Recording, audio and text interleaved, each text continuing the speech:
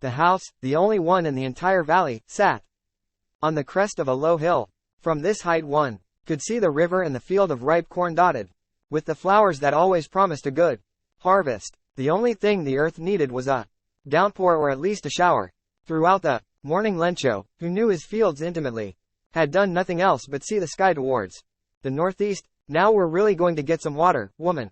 The woman who was preparing supper replied. Yes, God willing. The older boys were working in the field while the smaller ones were playing near the house until the woman called to them all, come for dinner. It was during the meal that, just as Lencho had predicted, big drops of rain began to fall. In the northeast huge mountains of clouds could be seen approaching. The air was fresh and sweet. The man went out for no other reason than to have the pleasure of feeling the rain on his body.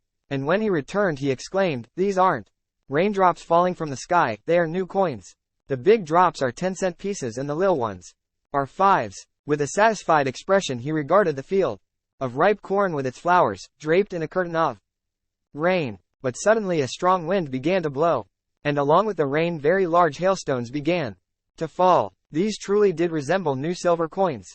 The boys, exposing themselves to the rain, ran out to collect the frozen pearls.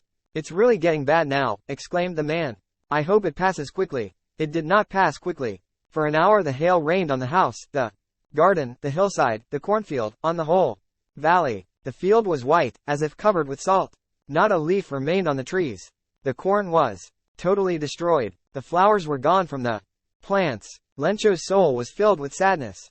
When the storm had passed, he stood in the middle of the field and said to his sons, a plague of locusts would have left more than this. The hail has left nothing. This year we will have no corn.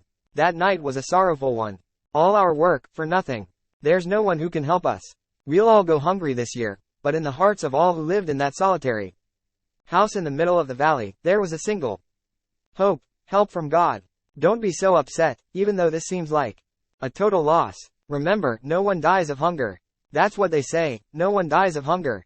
All through the night, Lencho thought only of his one hope, the help of God, whose eyes, as he had been instructed, see everything, even what is deep in one's conscience. Lencho was an ox of a man, working like an animal in the fields, but still he knew how to write. The following Sunday, at daybreak, he began to write a letter which he himself would carry to town and place in the mail. It was nothing less than a letter to God. God, he wrote, if you don't help me, my family and I will go hungry this year. I need 100 pesos in order to sow my field again and to live until the crop comes, because the hailstorm. He wrote to God on the envelope, put the letter inside and, still troubled, went to town. At the post office, he placed a stamp on the letter and dropped it into the mailbox. One of the employees, who was a postman and also helped at the post office, went to his boss, laughing heartily, and showed him the letter to God. Never in his career as a postman had he known that address. The postmaster, a fat, amiable fellow, also broke out laughing, but almost immediately he turned serious and, tapping the letter on his desk, commented, what faith! I wish I had the faith of the man who wrote this letter, starting up a correspondence with God. So, in order not to shake the writer's faith in God, the postmaster came up with an idea, answer the letter. But when he opened it, it was evident that to answer it he needed something more than goodwill, ink and paper. But he stuck to his resolution. He asked for money from his employees. He himself gave part of his salary, and several friends of his were obliged to give something, for an act of charity. It was impossible for him to gather together the 100 pesos, so he was able to send the farmer only a little more than half. He put the money in an envelope addressed to Lencho, and with it a letter containing only a single word as a signature, God. The following Sunday Lencho came a bit earlier than usual to ask if there was a letter for him. It was the postman himself who handed the letter to him, while the postmaster, experiencing the contentment of a man who has performed a good deed, looked on from his office.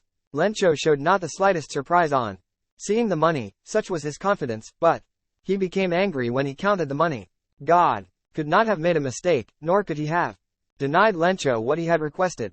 Immediately, Lencho went up to the window to ask for paper and ink. On the public writing table, he started to write, with much wrinkling of his brow, caused by the effort he had to make to express his ideas. When he finished, he went to the window to buy a stamp which he licked and then affixed to the envelope with a blow of his fist. The moment the letter fell into the mailbox, the postmaster went to open it. It said, God, of the money that I asked For, only 70 pesos reached me. Send me the rest, since I need it very much. But don't send it to me through the mail because the post office employees are a bunch of crooks. Lencho. By G. L. Fuentes.